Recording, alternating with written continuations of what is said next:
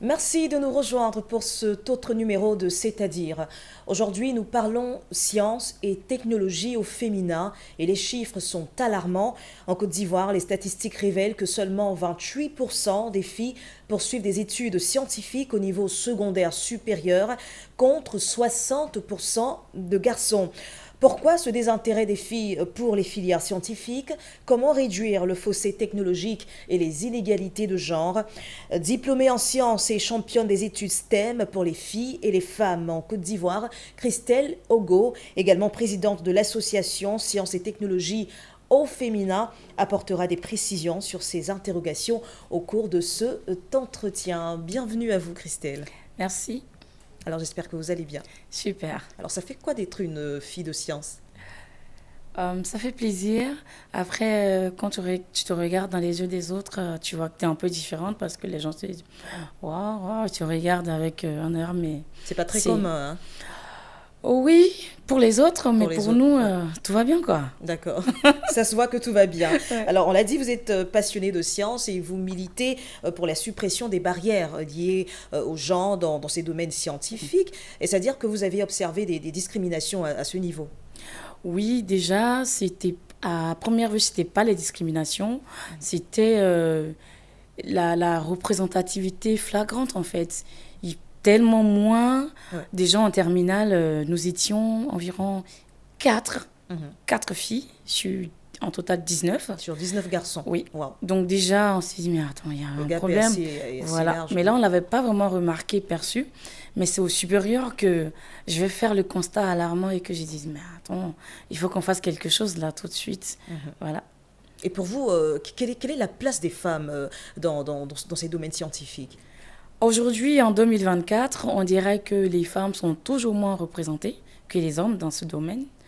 Et il y a toujours un gap qui est vraiment énorme. Euh, les statistiques montrent, comme vous venez de dire d'ailleurs, hein, avec le CNRS Mhm. aussi, qui a fait une publication en début d'année 2023 et qui montrait également qu'il y avait environ 34,5% des chercheurs en France qui étaient des femmes. Donc en Côte d'Ivoire, on tourne autour de 30%. On n'atteint pas vraiment le chiffre, on n'arrive pas à stabiliser C'est si c'est cela. 28 ou si c'est C'est 30, cela. mais en tout cas, on tourne autour de ce pourcentage des filles et des femmes qui font des études scientifiques, mais pas celles qui sont en activité, parce qu'en activité, on est à moins de 20%. Mhm. Ça tourne entre 16 et 17, 18, en fonction des statistiques et des années. Voilà. Quand vous dites en activité, des femmes qui sont déjà chercheuses, qui font Oui, des expériences, par oui, exemple. des femmes qui Oui. font des expériences, des femmes qui travaillent en entreprise, des femmes qui sont vraiment axées sur la science, sur la technologie, sur l'ingénierie, sur on va dire, la partie laboratoire, recherche intense. C'est vraiment peu, hein, quoi. Mhm. Mhm. Alors, on a des femmes qui observent et qui apprécient les filières scientifiques de loin. Il y en a d'autres qui osent, qui décident de se lancer, mais qui n'arrivent pas justement à poursuivre le chemin. Alors, quels sont les différents obstacles auxquels les femmes peuvent être confrontées dans ces différents milieux? Il y en a tellement, il y a plusieurs. Il y en a tellement que à un moment donné, après, ce soir, on y est obligé en vraiment de sélectionner, de prendre juste quelques facteurs et sur lesquels on s'appuie véritablement pour essayer de comprendre la sous-représentativité des filles et des C'est femmes cela, oui. dans les formations scientifiques. Donc déjà, la première des choses, c'est la longueur de ces études. C'est-à-dire que pour faire une étude scientifique, ça demande beaucoup d'années, ça demande beaucoup de temps, ça Mhm. demande beaucoup de courage.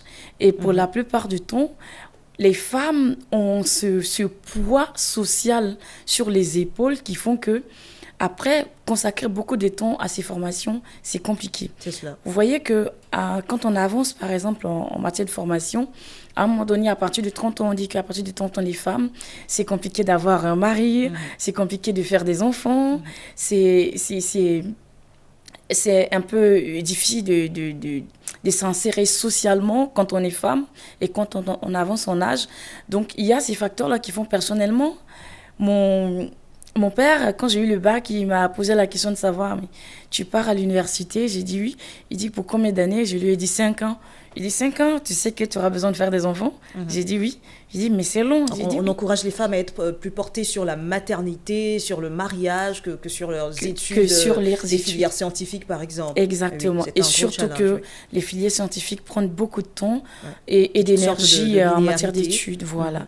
Alors que les autres filières, ce qui est plus facile à faire, c'est que quand tu fais un BTS dans une filière tertiaire où tu arrives à faire un bac +2 ou +3 dans les autres formations, c'est plus facile, par exemple, de te reconvertir en secrétariat bureautique. C'est ce qu'on nous a toujours donné comme activité à faire. Donc, quand tu fais une formation comme ça, c'est beaucoup plus facile. Après, je ne dis pas que c'est pas un métier noble. Non, pas du tout. J'ai dit tout simplement le nom parce que c'est là, en fait, qu'on a toujours mis la femme comme actrice. Voilà. En ce qui concerne le volet professionnel de la femme. Il y a aussi que l'histoire nous a toujours présenté des visages d'hommes quand il s'agit de décrire, par exemple, les scientifiques les plus excellents, le scientifique parfait. On a eu Aristote, on a eu Louis Pasteur, Galilée, etc. Donc il est très difficile aujourd'hui de pouvoir intégrer aussi facilement les femmes dans ce courant-là. Oui, très souvent, ça me fait rire parce que, vous voyez, en mon année de licence de physique, on a fait ce qu'on appelle un projet de fin de cycle.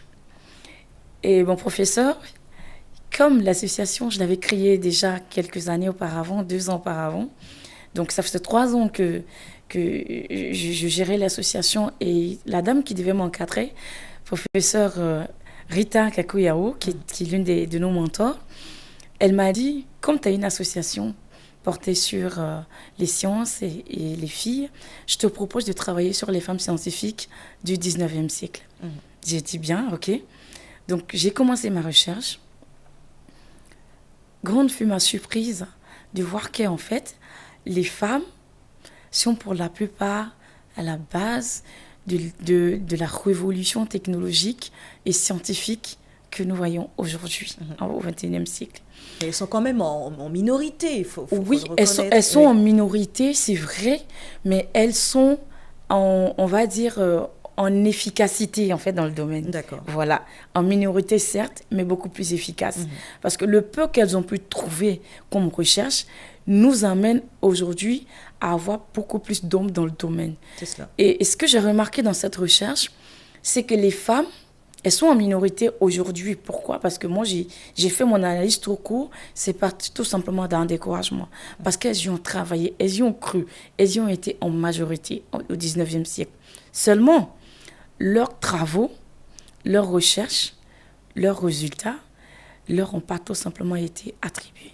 Leurs mérites leur ont tout simplement été arrachés et attribués à des hommes. Il y en a quand même qui ont reçu des prix.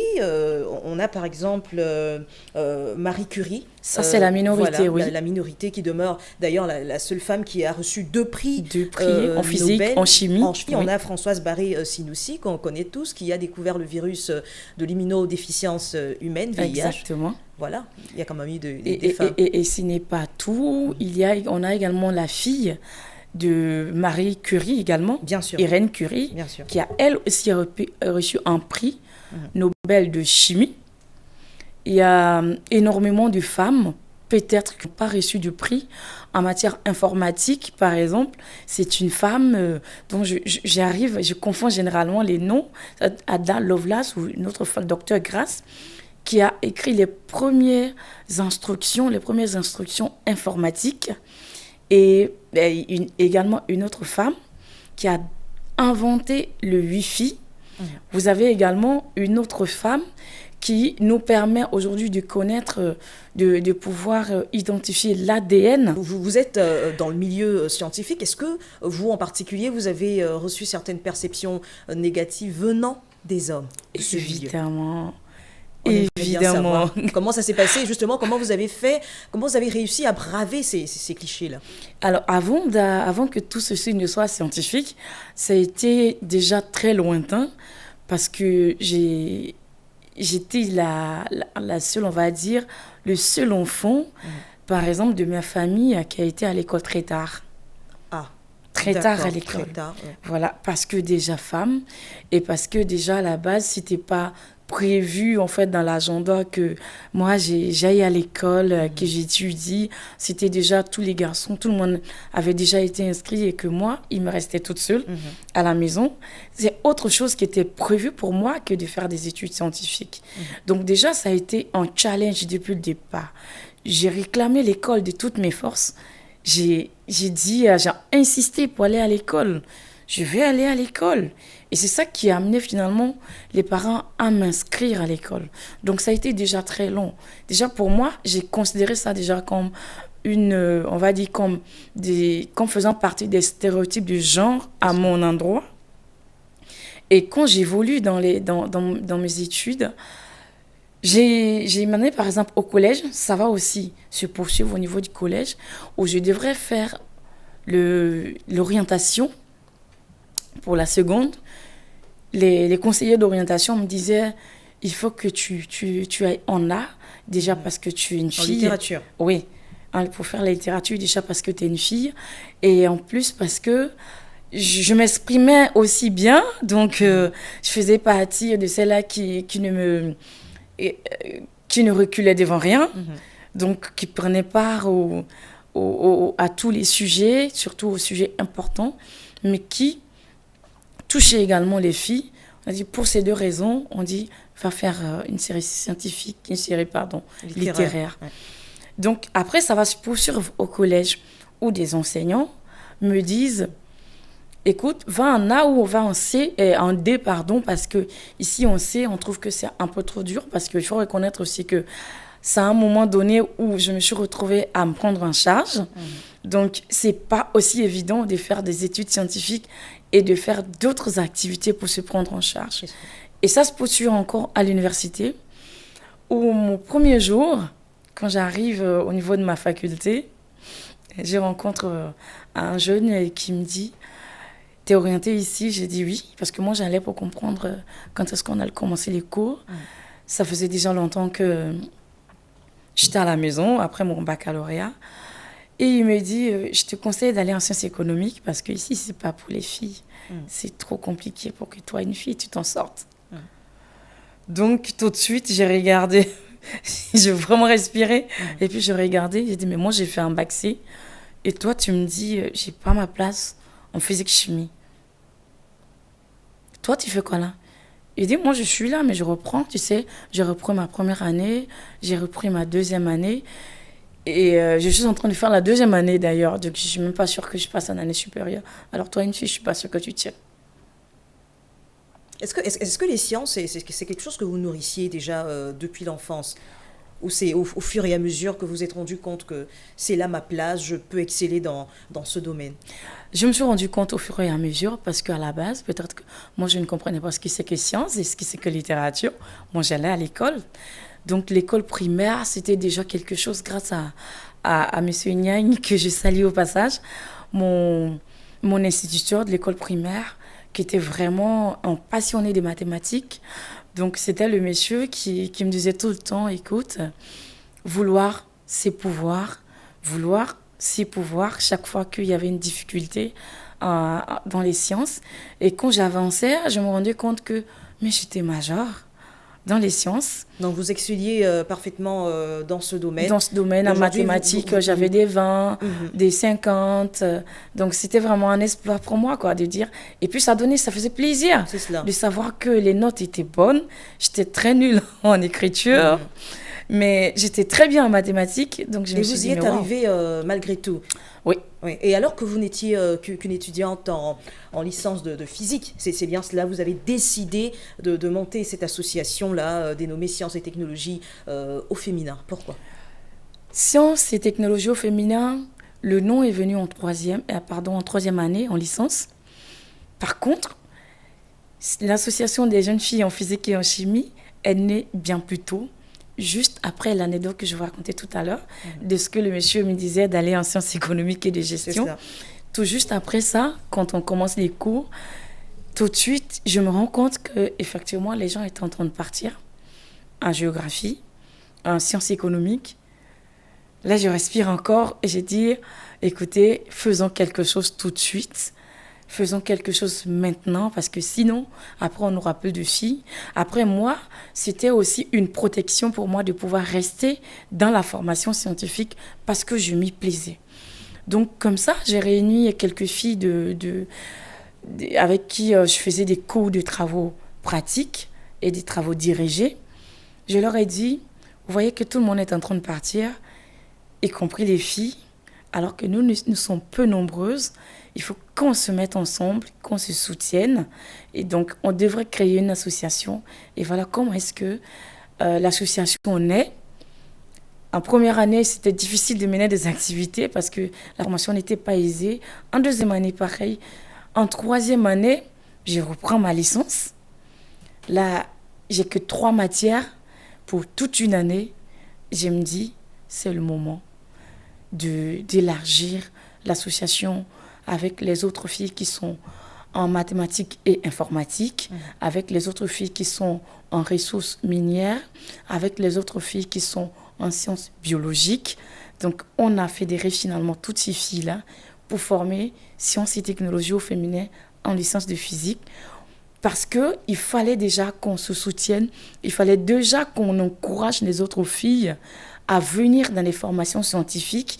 Il fallait qu'on leur dise que c'est vrai, c'est difficile parce que le système déjà ne nous facilitait pas la tâche, mais parce que nous sommes des filles et parce que déjà, il y a déjà des discours qui veulent bien nous décourager, mais nous savons très bien que nous avons la capacité de réussir dans ces formations-là. Alors, n'attendons personne, mettons-nous ensemble, soutenons-nous et faisons quelque chose pour avancer. Alors nous on vous dit bravo, félicitations pour cette très belle initiative. Aujourd'hui le système se dessert de plus en plus, on observe tout de même une nette évolution et ces 2 décennies montrent un courant assez positif, même si quand on parle de prix Nobel, on en est encore à moins 4% de femmes qui sont primées. Mais alors on va terminer avec cette question avec vous. Quelles sont donc les stratégies à mettre en place justement pour briser ce plafond de verre?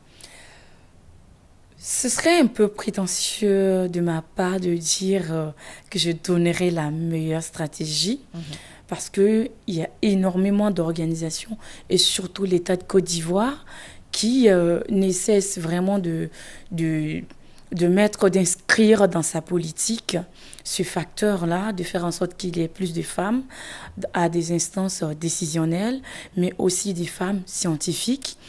Donc, je dirais tout simplement que nous, on essaie toujours de travailler sur une bonne stratégie. Nous n'avons pas encore la meilleure, mais nous y travaillons toujours. Nous avons d'ailleurs essayé, par exemple, en matière de stratégie, d'installer des coordinations de sciences et technologies au féminin grâce au soutien du CDD par la réforme des universités et la modernisation des universités mis en place. Nous avons intégré ce programme depuis 2022. Nous avons mis en place ces coordinations, 10 coordinations dans 10 universités publiques et 2 grandes écoles publiques également pour essayer d'élargir notre champ d'action au sein de ces universités. Et puisque ces coordinations installées, on forme à l'intérieur des jeunes femmes qu'on appelle des ambassadrices STEAM qui, elles, à leur tour, font des sensibilisations dans les établissements secondaires pour sensibiliser également les filles. Nous, à notre niveau, c'est cette stratégie que nous avons trouvée comme mentor, vu qu'on n'a pas beaucoup de femmes dans ce domaine-là. Alors, celles qui sont déjà en formation, il faut faire en sorte qu'elles, par palier, elles soient des mentors des autres qui viennent, des cadettes, pour faire en sorte que finalement, au sommet, on puisse avoir beaucoup plus de filles et des femmes dans les formations, mais aussi dans les formations scientifiques, dans les carrières scientifiques. Madame Christelle Ogo, merci d'être la voix de toutes ces femmes, de toutes ces jeunes filles qui aspirent à émerger dans les domaines scientifiques. Merci également pour tous ces éléments de réponse que vous avez apportés. Merci à vous, très chers téléspectateurs, de nous avoir suivis. L'actualité se poursuit sur cette info. Restez connectés.